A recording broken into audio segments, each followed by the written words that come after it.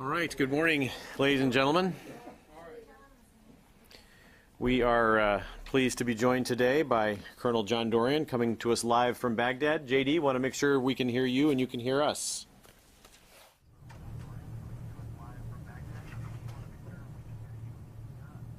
I've got you loud and clear, Jeff. Thank you.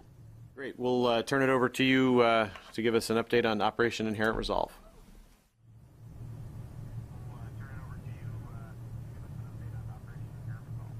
Very good. Good morning. We'll start in Syria and move on to Iraq. The Syrian Democratic Forces and Syrian Arab Coalition are dominating ISIS in Tabqa city, advancing deeply into the city on multiple avenues of approach. They've retaken Tabqa Hospital, which the enemy was using as a staging area for foreign fighters and a storage area for their weapons and resources, a tactic that we have seen from them elsewhere. The city center is also in the hands of our partnered force. Many of you have probably observed the video footage of ISIS flag being lowered, which is a signal to all the people in the city that ISIS' brutal control of the city is coming to an end. The coalition has continued conducting precision strikes to support the SDF advance in Tabqa, most recently engaging ISIS fighters in fighting positions that would otherwise have threatened our partners as they liberate long-held neighborhoods. Coalition strikes have also taken out ISIS command and control nodes, and the result has been to cause disarray, reducing the enemy's ability to maintain an organized defense of Tabqa city. The SDF also continues clearing operations in the countryside north of Raqqa, liberating more than 70 square kilometers this week. As the SDF progresses further in clearing these areas and completes the liberation of Tabqa, the coalition continues shaping operations to isolate Raqqa and increase the ever-mounting pressure on ISIS. The coalition has disrupted or destroyed ISIS supply routes in and around the city and has also destroyed more than 40 barges ISIS has used to move fighters and supplies along the Euphrates River. In southern Syria, as we continue to apply pressure on ISIS, we reduce their freedom of movement. U.S. and coalition special operations forces continue to advise, assist, and accompany vetted Syrian opposition partner forces throughout the Hamad Desert. Vetted Syrian opposition groups continue to clear ISIS from the towns and villages around the Antaf border crossing between Iraq and Syria. This secure border facilitates the passage of 500 to 900 people each day, opening up opportunities for local goods to flow in and out of Syria, stimulating the economy for the people.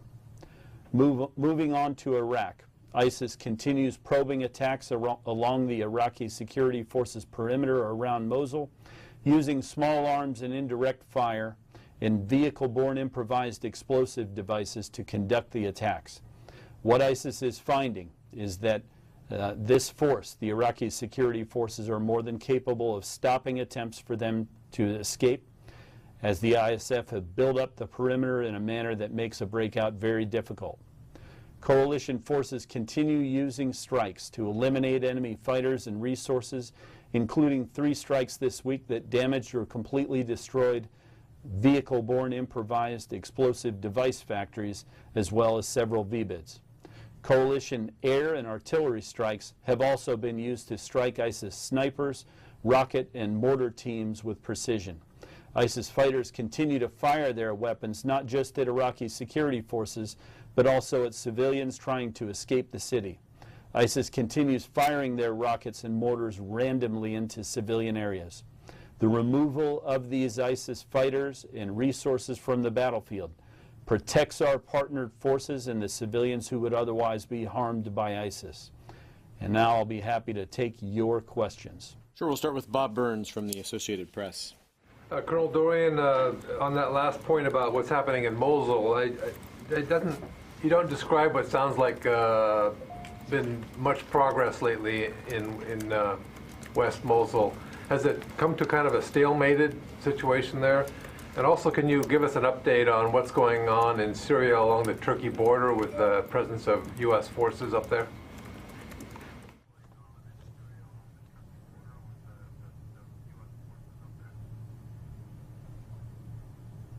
Sure, Bob. With regard to the progress in Mosul, the Iraqi security forces reduced the number of ISIS fighters with each passing day. They reduced the number of ISIS resources, so vehicle-borne improvised explosive devices, weapons, fighting positions, all the things that have caused such mayhem in the city. So I would say that it's not stalemated. The Iraqi security forces continue their maneuver around the city, and they'll position themselves for these last few neighborhoods. It'll be very dangerous, difficult fighting. It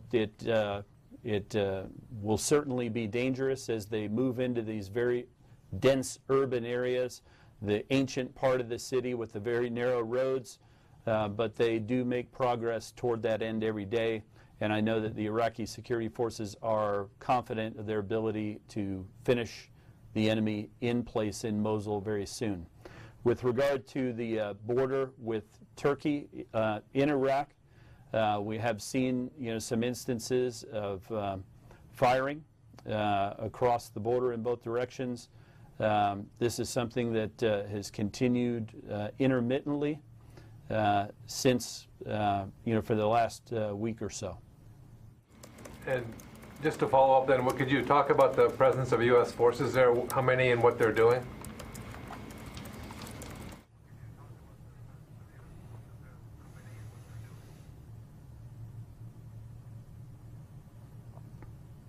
With regard to U.S. forces, we do have forces in northern Syria. We don't have a lot of forces in the very northern part of Iraq. So we have conducted some patrols. You've seen those widely reported. Our presence there is very overt in Syria. And those operations continue. The purpose of them is to observe and report on any security incidents and then reassure our allies on both sides of the border, our ally Turkey and our partner force, of our commitment to their security. Okay, next we'll go to Tom Bowman, National Public Radio. Colonel, if I could just quickly follow up on that. Roughly how many troops are patrolling? Dozens? More than that in armored vehicles, presumably?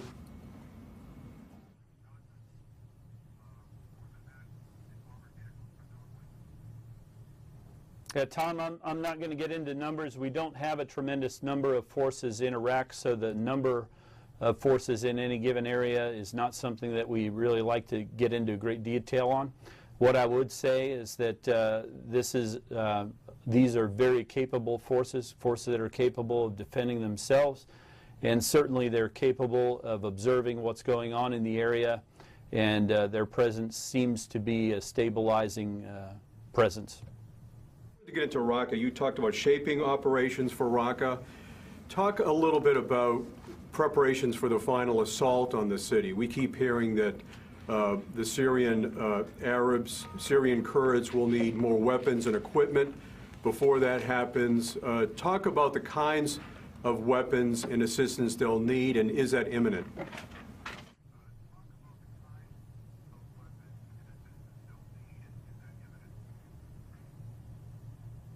Well, I'll give you a little bit of detail about the types of defenses that the enemy is building up in Mosul, or excuse me, in Raqqa. They're very similar to what we saw in Mosul, so that's elaborate berms, that's tunneling, booby traps, all the types of things, vehicle-borne improvised explosive devices. We think that that'll be a very dangerous and difficult battle when it does begin. With regard to the types of capabilities that our partnered forces will need, I think we need to back up on that, and because there is still a matter of policy matters that need to be worked through with regard to what force will go into Raqqa. Right now, we're focused on the isolation effort, so the operations are largely in Tabqa and then in the area north of Raqqa. And those operations are proceeding at pace. The Syrian Democratic Forces and the Syrian Arab Coalition, our partnered force, which is made up largely of Syrian Arabs, have been able to take territory away from ISIS, and ISIS has not been able to either retain or recapture any territory from our partner forces in Iraq or Syria for that matter.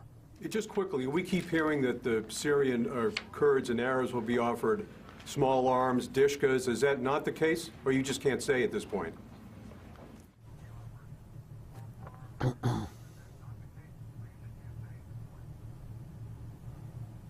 Well, I don't have any information to share on this with regard to what weapons that we provide. Currently, what we do is we provide light arms to the Syrian Arab Coalition. That's the policy that we have in place now. What you're describing is something that really I don't have any detailed offer on. Lori Milroy, Kurdistan 24. Thank you, Colonel Dorrian. I have a question about the Turkish attitude to the YPG. President Erdogan is in Moscow today and reiterated his strong opposition to countries working with the YPG. Are you concerned about future Turkish attacks on the YPG, or do you think the U.S. message has gotten through?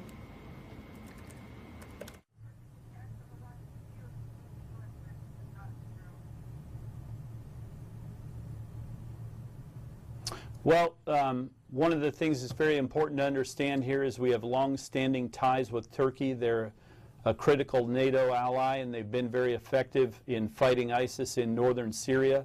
Their contribution speaks for itself. It's been very important. Some of the areas that they've recaptured from ISIS are areas that ISIS valued very much, areas like Dabiq, which held a special significance for them. So this has been very effective. But with regard to the PKK, they are a part of the Syrian Democratic Forces, and the Syrian Arab Coalition is a part of the Syrian Democratic Forces as well. The forces that are isolating Raqqa now are largely made up of Syrian Arabs, but they are a part of the Syrian Democratic Forces. They've recaptured more than 8,000 square kilometers of territory from the enemy, and they've been very effective, most recently in Tabqa, where they control somewhere on the order of 80 to 90% of the city after some very good advances in the last several days. So we have continued our partnership with the Syrian Democratic Forces, and they've proven very reliable in keeping their guns trained on ISIS. And that's something that we expect to continue. Just to be clear, I believe I heard you say that the PKK is part of the Syrian Arab Coalition?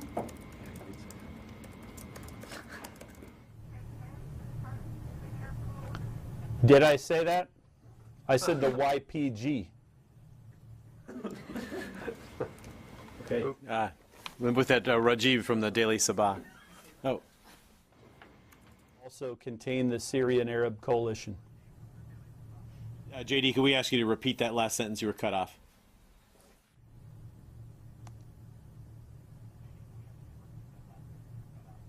Yep. What I was saying is that the YPG is a part of the Syrian Democratic Forces, and the Syrian Democratic Forces also contain a group called the Syrian Arab Coalition. The majority of the forces that are fighting in Tabqa, in northern, in the area north of Raqqa, are Syrian Arabs that are from the Syrian Arab Coalition and other Arab elements from the region. Yes, sir. Go ahead. Thank you, Colonel, for doing this. Syrian Democratic Forces established a civilian city council for Raqqa to administer the city after the completion of the operation in Raqqa. Did you decide who will run the city after the operation?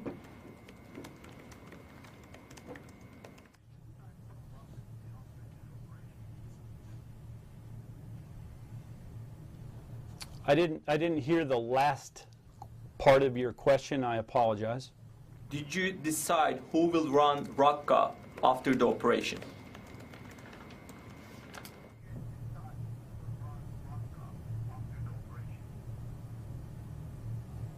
Yeah, the Raqqa Council is a group of people that live in and around Raqqa. They are going to establish essential services once Raqqa has been liberated. They are affiliated with STF, right?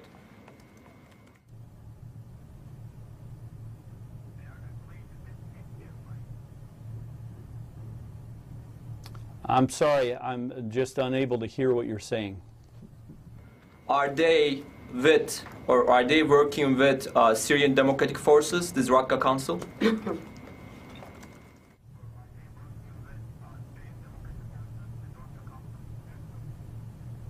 Yeah, at this point, the Raqqa Council, essentially the formation of the group is about what's been accomplished. So as far as who's involved and what their actions are, I don't have a lot of detail for you on that. Second question.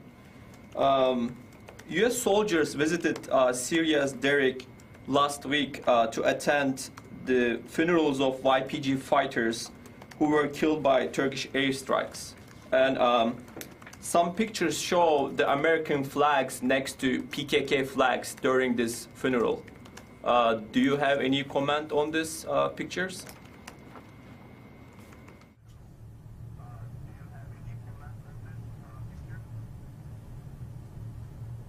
Yeah, our forces went up into that area to prevent security incidents from occurring, to observe and report whatever security situation that they saw, and to reassure our ally, Turkey, and our partner, the Syrian Democratic Forces, who were struck in those Turkish airstrikes last week, the ones that were not especially well coordinated and left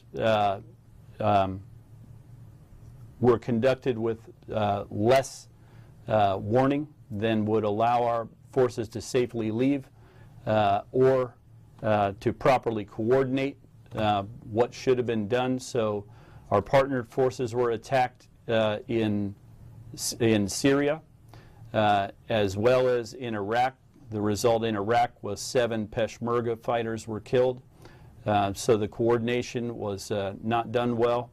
Of course, we express our condolences to our partners on that.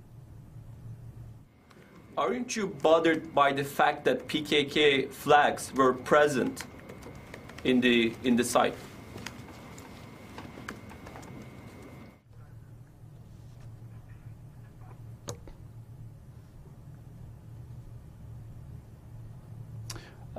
I have not seen the images that you're talking about, so I'm not going to comment on those. What I would say is that the force that was attacked was the Syrian Democratic Forces, and those are our partnered forces. We were up there to check on them and then subsequently started patrols to observe any security incidents in the area. So that's really about all I have for you on that. Next to Courtney Kibbe, NBC News. Hey JD, one follow-up on that because I wasn't aware of these photos. I don't understand what security incidents the U.S. presence was concerned about. Were you worried that there would be attacks on these funerals, and if so, by who? Can you explain that?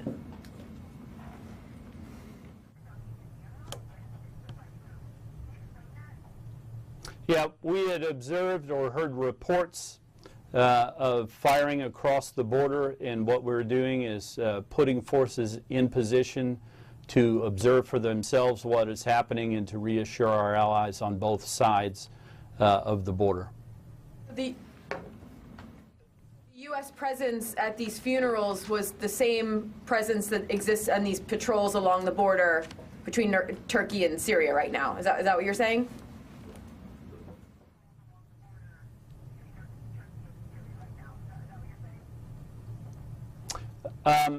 You know, with regard to patrols are going to encounter people. Sometimes they're going to encounter people that are masked.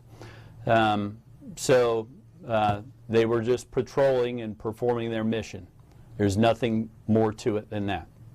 Weren't actually there to be present at the funerals then? Is that what you're saying?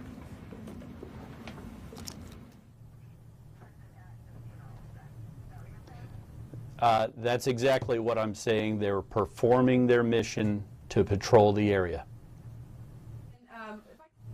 Back to Raqqa.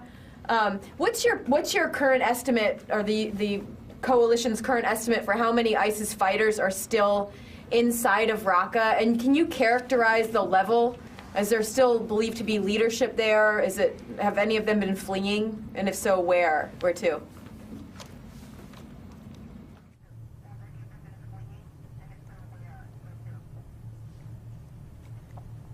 Yeah, we believe there are 3,000 to 4,000 ISIS fighters in Raqqa, including foreign fighters and various leadership figures. This is a city that holds special significance for the enemy. They consider it their capital in Syria. So it's not an area that they're just going to give up very easily. So it remains a priority target for the coalition to liberate. And that's exactly what we're going to do. With regard to enemy of freedom of movement, the city is being isolated each day. It gets more isolated as the Syrian Arab Coalition and Syrian Democratic Forces seize more territory from the enemy. At some point, the city will be very difficult for enemy fighters or leaders to leave. Okay. Next to Carla Munoz from the Washington Times. Hey, sir, thanks for doing this. One quick question. I was wondering if I can get an update on the situation around Deir ez-Zor. Shaping operations continue around Raqqa. Are you still seeing a flow of IS fighters to that area? And if so, how is the coalition sort of addressing that? Are there any efforts underway to kind of prevent them from getting to Deir ez-Zor, or is all the focus still on shaping operations for Raqqa?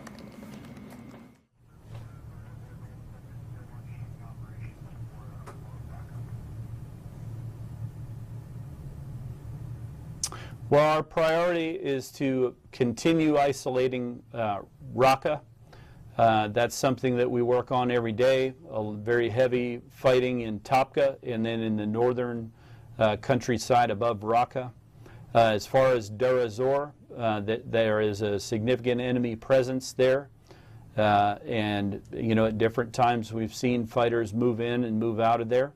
The regime, Syrian regime also has forces in that area, and I understand there's a significant amount of fighting between Syrian regime forces and ISIS in that area as well. And in addition to that, the coalition continues conducting airstrikes in Syria. So any time that we see an opportunity where ISIS fighters or resources are in a position where they can be struck with precision, we will do so. We've conducted a very significant number of strikes in that area, many of them against petroleum infrastructure that was under ISIS control, and this has reduced the amount of money that they have available to finance their operations. Been very successful strikes in those areas. Second quick question. Has the dialogue between the coalition and the Turkish counterparts regarding their possible involvement in the Raqqa operation, has that ceased, or are those talks still continuing?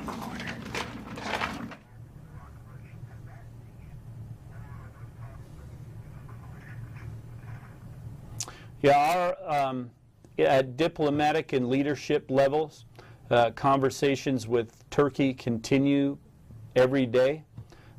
So those types of discussions continue. All right. Next to Thomas Watkins with Agence France-Presse. Hello, Colonel. Just to follow up on what you were saying earlier, I think you were telling Bob about the that you've seen the firing in both directions across the border in northern Syria. I just want to be clear, you're talking about, when you say the firing going into Turkey, have you identified the group that's doing this? This presumably is just the YPG component of the SDF. And have you seen any casualties on either side?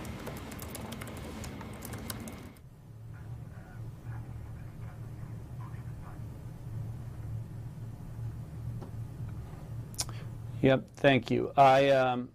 What I said is we had heard reports of this, so we have not seen a tremendous amount of that. I think there is sporadic fire going in both directions. We continue to hear these reports. With regard to what casualties are occurring, we don't have any information to offer you on that. When you say you hear reports, you're talking about reports from the field, or you're seeing stuff in the media?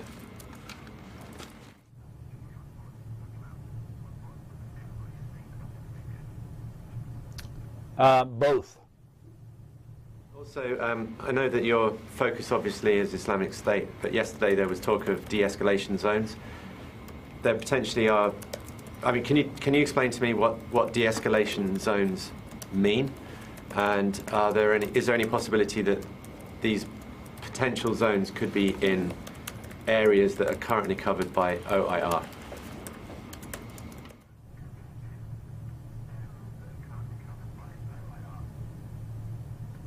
Well, I'm not going to go into a tremendous amount of detail about what de-escalation means. What I would say is the very presence of the forces there is reassuring to our allies and our partners.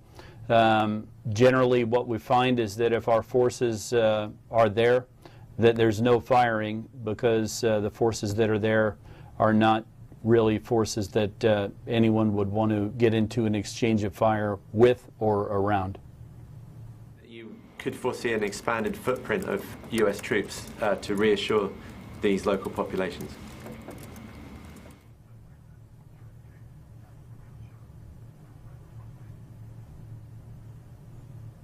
You broke up just a little bit there. Can you repeat the question, please? Does that mean that you could foresee an expanded footprint of US troops to reassure these local populations?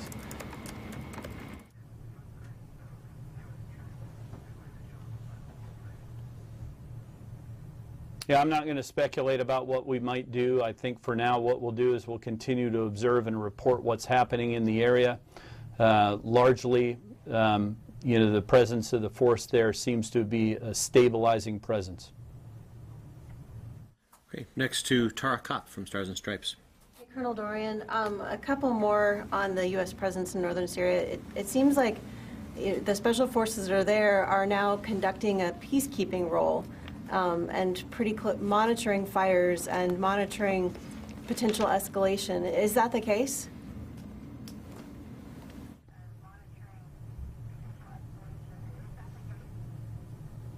No, they're there to observe and report what they see and to reassure our allies.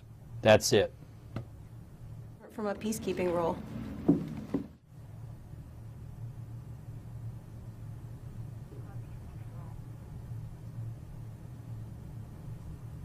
You broke up, Tara. Help me. Well, you had mentioned that they're also there to prevent future incidents. So how is that different from a peacekeeping role?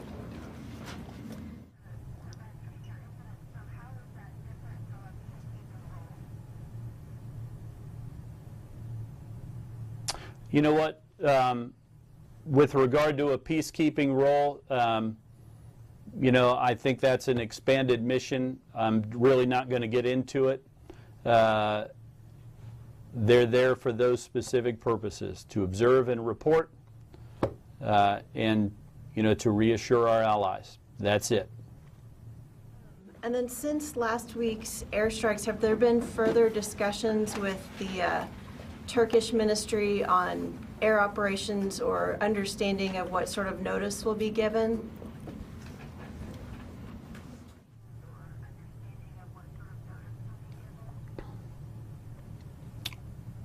Well, there are already agreed upon procedures for what should occur. Those things didn't occur in those strikes, and the results were a problem.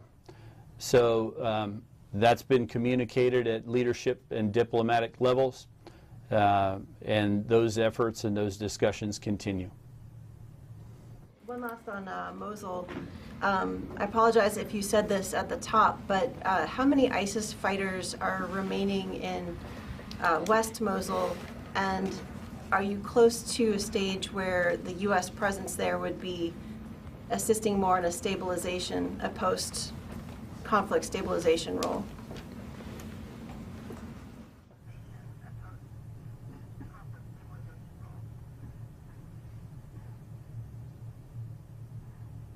Yeah, we think that there are fewer than 1,000 fighters left in the city, probably well short of 1,000 fighters. But they are in the densest urban terrain of Mosul, and they're going to be very difficult to get out and to attack, because when in that type of dense urban terrain, a small number of fighters can control that territory because the canalized advance that the attacking force would need to take. So it'll be very difficult and dangerous fighting. With regard to stabilization roles, that is a job for the government of Iraq, supported by the international community.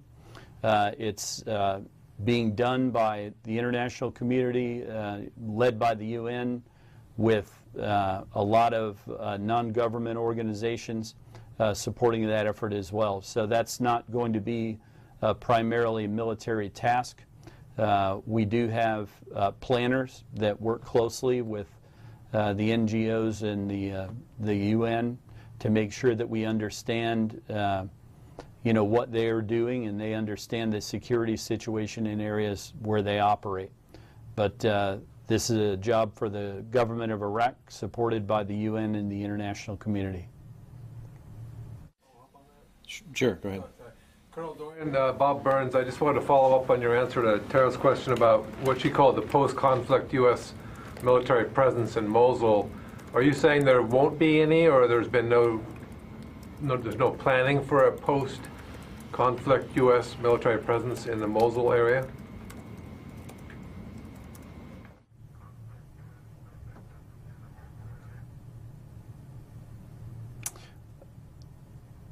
Bob, our support to the government of Iraq is going to remain the same type of relationship that we continued with them throughout the campaign, so that there will be an advise and assist mission for our forces as they advise and assist the security elements that are maintaining control of the city. But as far as bringing in humanitarian aid and all that sort of thing, that the military is not set up to do that.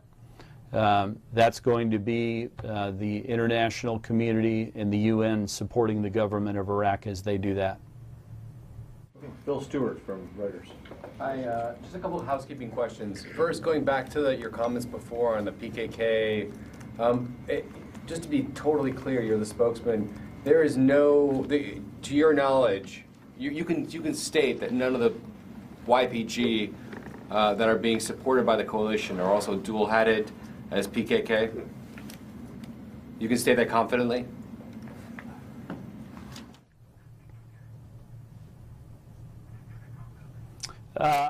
I can say that we have observed no evidence that that's the case. What we have observed is that the Syrian Democratic Forces have liberated 8,000 square kilometers of terrain, much of it dense urban terrain in places like Manbij and Topka. They've fought bravely and taken back a tremendous amount of territory from the enemy, and they've proven to be a very reliable force for defeating ISIS.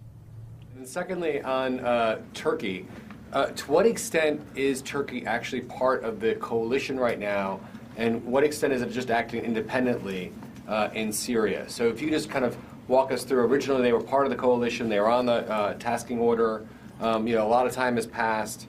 Are they, bring us up to speed, how are they actually part of the coalition now?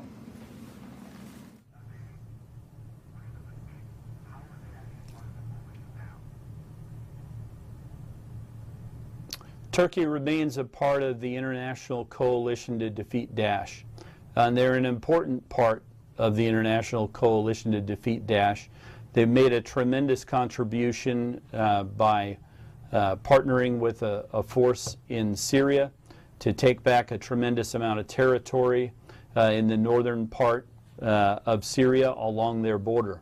This has closed off the border, largely sealed it so that ISIS will have much more difficulty infiltrating into Europe and other points beyond to conduct international acts of terror. So their role speaks for itself. It's been very, very important. Don, I'm asking, are they in any way being coordinated by the coalition, or are they acting independently in a supporting role? Are they being? To what extent is anything that Turkey's doing, being directed by General Townsend?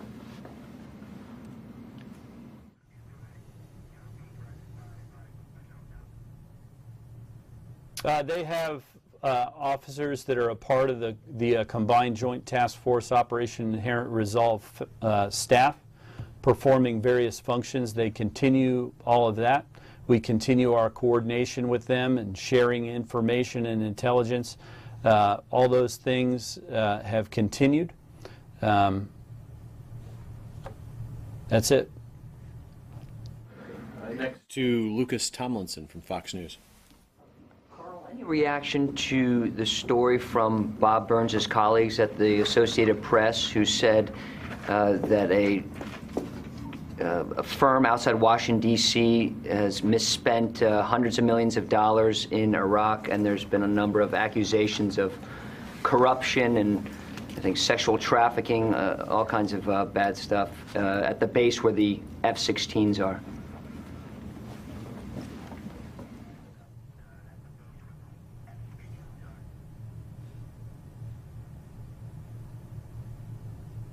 Yep, I'm aware of those reports. The organization that's alleged to have done that is not a part of Combined Joint Task Force Operation Inherent Resolve. So I think you'll probably have to work with my OSD colleagues to pursue further comment on that. It's not a part of our organization. It's not within my purview to discuss that. General Townsend have any reaction to the story?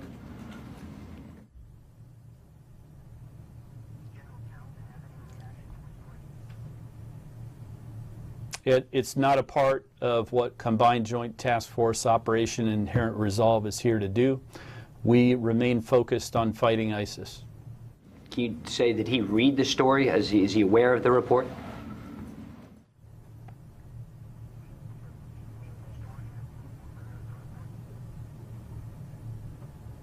I don't know if he's read it or not. Joe Tatter. From Al-Hurra. Thank you very much.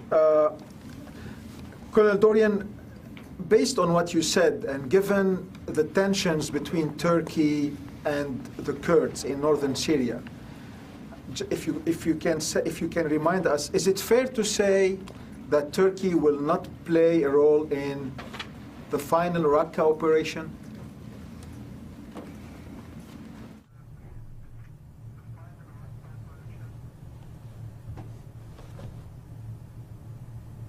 Yeah, it'd be inappropriate to speculate about what their future role would be. Diplomatic discussions continue to happen at leadership level between the coalition nations in Turkey. So I'm not going to get ahead of any of those discussions. Quick follow-up. You've been telling us that the ongoing diplomatic discussions are still on track with Turkey. Could you give us a sense when these discussions could end?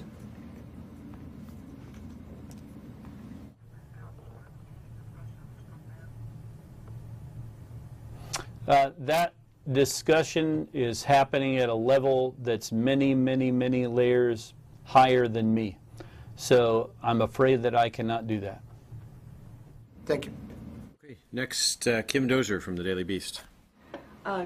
Colonel Dorrian, you gave us a figure of 3,000 to 4,000 estimated fighters inside of Raqqa. Could I ask, what is the next largest concentration of fighters? Is it in Maida or another town? And how many ISIS fighters do you estimate are in all of Syria?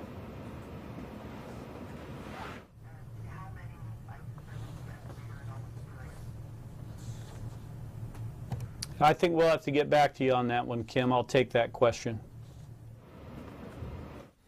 Okay. Next to Diane Niesenbaum, Wall Street Journal. Hey, Colonel, I just to get some more clarifying information on the Turkey-Syria border. You have said a couple of times that the U.S. forces are there to prevent future incidents, crossfire incidents. Is that one of the roles that these forces are playing there?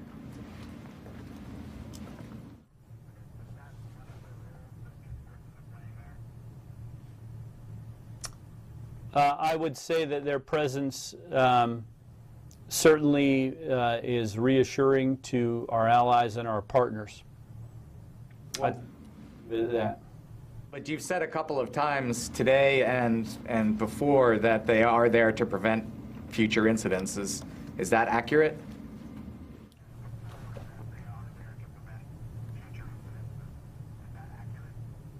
Well, what I would tell you is that their presence there, since they've been there, we've not seen any really significant security incidents. So their presence there is a calming force.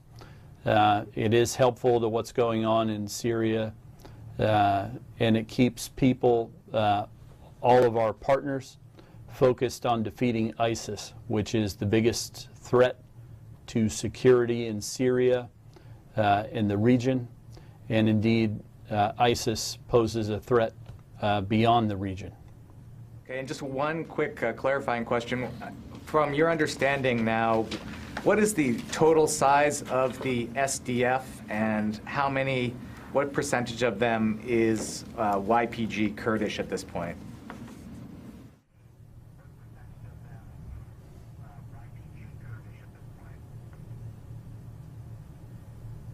Yeah, I believe that the size of the SDF is approximately 50,000, and right about half of them are Syrian Kurds.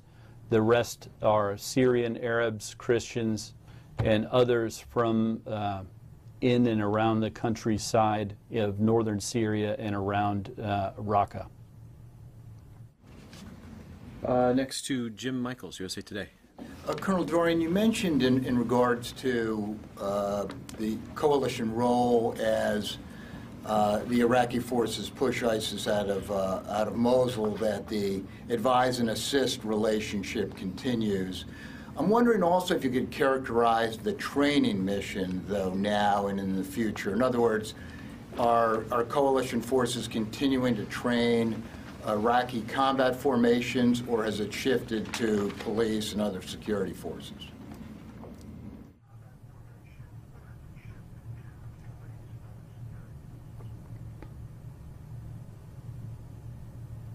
Sure. The coalition, since the beginning of 2015, has trained more than 96,000 Iraqi security forces.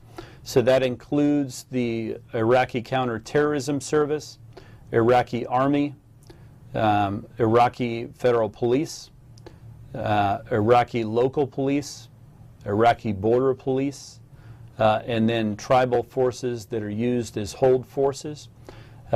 We continue training all of those types of forces. Even today, we've got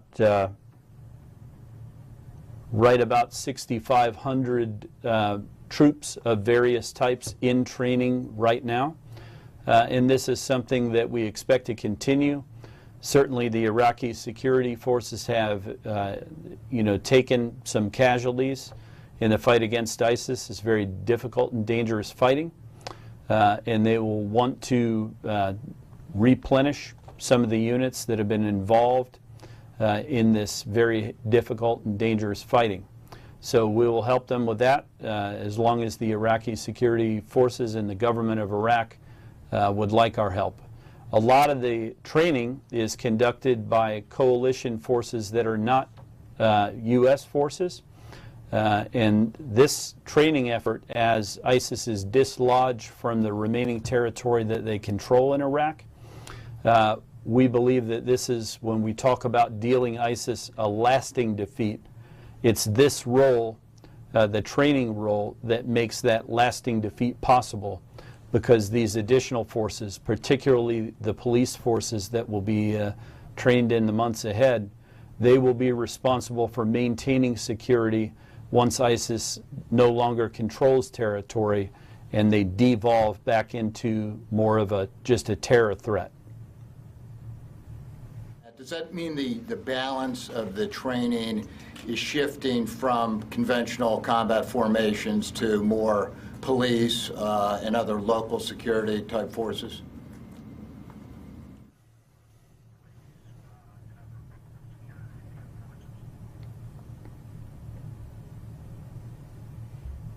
I don't think that I would characterize it quite that strongly, because we do continue to train Iraqi Army and Iraqi counterterrorism service forces as well. So we'll work on all that. All of that's going to continue. Okay, next to Carla Babb, Voice of America. Hi, Colonel. Thanks for doing this. You said that the military goal in Raqqa is to push Islamic State out so that the Raqqa coalition can run the government. Who is going to be overseeing the Raqqa coalition? Are they going to be reporting to the Syrian government? Are they going to be paid by the Syrian government? Or are they going to be independent in Raqqa?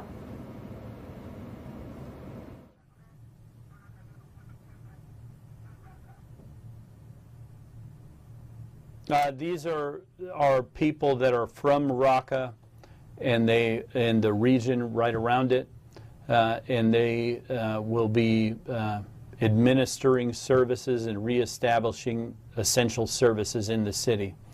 So the establishment of the group is very recent, and there's a lot of planning ongoing, so I don't have a tremendous amount of detail on specifically what and how that'll all be done. That's planning that will happen in the weeks and months ahead. In the meantime, we remain focused on the isolation of Raqqa. Missy Ryan, Washington Post. Hi, Colonel. I know that there was a question earlier about the safe zones in Syria, but just wanted to ask again, can you at all flesh out what that proposal means, what safe or de-escalation zones, what that concept means, and what that potentially could look like, and what the U.S. military role would be in that?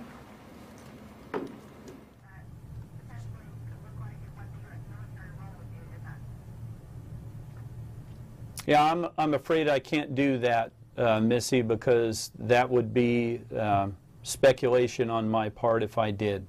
So I do understand that safe zones in Syria were a topic of discussion at leadership levels with the presidents of Russia and the United States, but I don't have any insight onto what the discussions were beyond the fact that they happened, and I think that's probably a conversation for another day. Paul Shinkman, Time Magazine. Yes, Colonel Dorrian, just follow up on Carla's question. Previous secretaries of defense have said that the U.S. would be prepared to defend what has now become the SDF from other regional forces. Going into these negotiations that you talk about with the Raqqa Council, is the Combined Joint Task Force prepared to tell these council members that the coalition will protect them from other regional forces?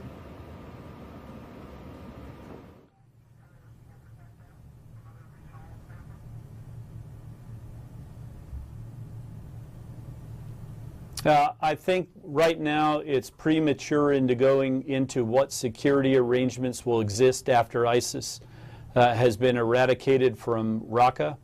Right now we're focused on isolating Raqqa. Raqqa has to be liberated at some point, and then the role of the Raqqa Council will become a prominent role, and the nature of our relationship with them will be planned out and developed in the months ahead. So I don't have any detail for you on that. Okay, Lori Milroy, I think I saw your hand for a follow-up. Yes, Lori Milroy, Kurdistan 24. Colonel Dorrian, you mentioned that there were still policy efforts on the question of what force will go into Raqqa. Could you give us a sense of what options are being considered and when the liberation of Raqqa might occur?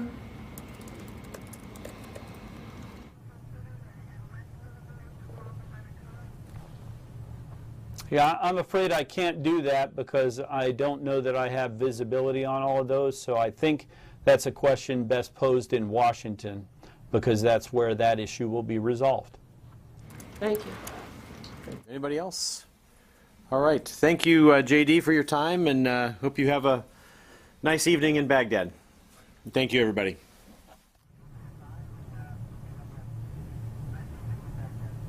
All right. Thank you.